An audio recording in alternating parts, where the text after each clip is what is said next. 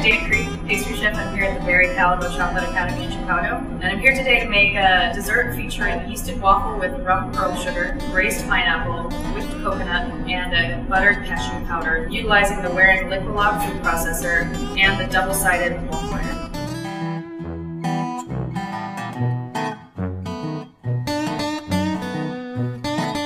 So for the first component, we'll be making a caramel cashew powder.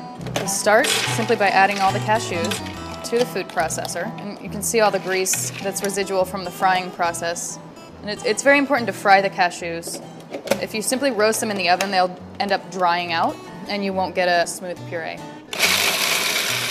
This process here, it takes about 3 to 5 minutes for the nuts to fully break down and the fat to render out and it to liquefy. So while the cashews are liquefying, we're going to start cooking our sugar, water, and honey in this pot, and we'll bring it to a temperature of 140 degrees Celsius. So as soon as the sugar reaches 2 degrees less than you want it, so 138 degrees for us, which is now, what we're going to do is flood the liquid cashews with sugar crystals, and that's going to encourage this liquid sugar here to recrystallize as it's added. So now we're adding the sugar very slowly, just drizzling it in. Hear it get quiet, it'll start to tighten up. It'll turn into a big ball. We're going to turn it off for 10 seconds, which will give the chance for the sugar to start locking up. And after 10 seconds, just a little rough estimate, you can start processing it again, pulsing it, and it'll start shattering into a powder. Occasionally you'll end up with fairly large clumps. It's no problem, just break them up, give it another whir. Just continue pulsing it. Now with the liquid lock, you don't even need to take the center part out, which is something that is kind of a hassle with every other food processor. So now that all the powder's out, while it's still a little bit warm, go ahead and break it up. But as you can see, you have a really nice, light, loose powder here. Now we'll move on to the second component in our brown butter cashew powder, which is the brown butter powder. We'll be taking tapioca maltodextrin, which is a modified tapioca starch that's capable of stabilizing fat rather than liquid. And we'll just turn this on.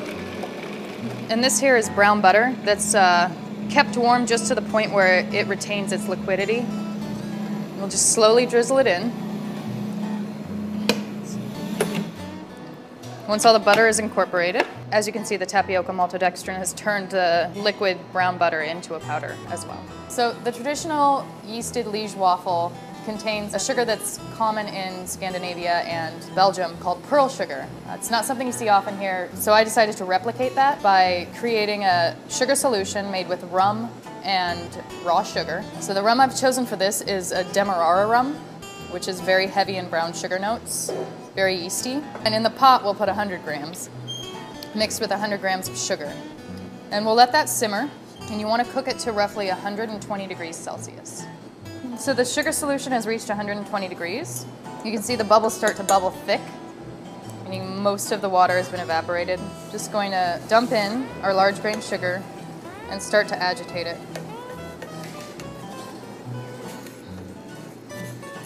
Until I can see the sugar start to whiten, which means it's recrystallizing. I'm just going to spread it out on a sheet pan, break it up.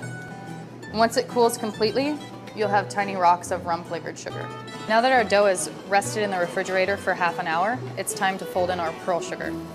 So it's still a little sticky, so I like to utilize the plastic wrap to help me fold the sugar in. You're going to sprinkle the pearl sugar over the surface, and then fold it in much like you would fold butter into a puff pastry dough.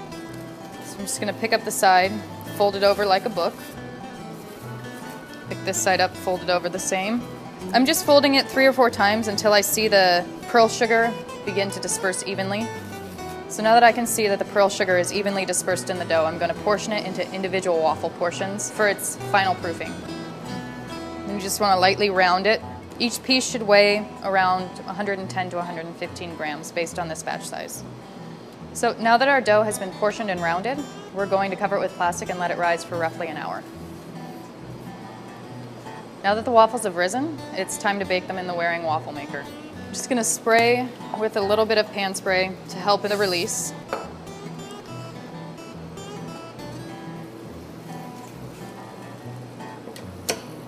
The beautiful thing about this double waffle maker is just flip it over and you're ready to make your second waffle in about half the space on the counter. For these yeasted waffles, about 3 to 4 minutes is appropriate. There we go. So the timer's sound. We can take our first peek. There we go. Here's the first waffle we put in. You can smell the fresh yeast and all the sugar caramelizing on the surface. Yum. And as you can see here, at 375, 4 minutes, we have perfect caramelization of the beads of sugar that were exposed to the surface area. So for the whipped coconut component, we're going to utilize the whipping disc that Waring has just developed. And with this whipping disc, what we're going to do is essentially replicate whipped cream. Instead of just whipping cream, what we've done is I've taken young coconut and separated the water from the flesh, pureed the flesh, and combined it with cream. And we're going to make a very coconutty whipped cream. There we go. And goes all the liquid. Now cream hardly takes any time at all, so you'll want to keep a very close eye on it. So I can see it thickening already. Stop it and take a look. You can always go 1 or 2 pulses further. You can never take it back. See, it's very soft. It's what we would consider creme chantilly. I'm going to take it just a little further. There we go. Give it another check. There we go. Whipped coconut. So now we're ready to plate.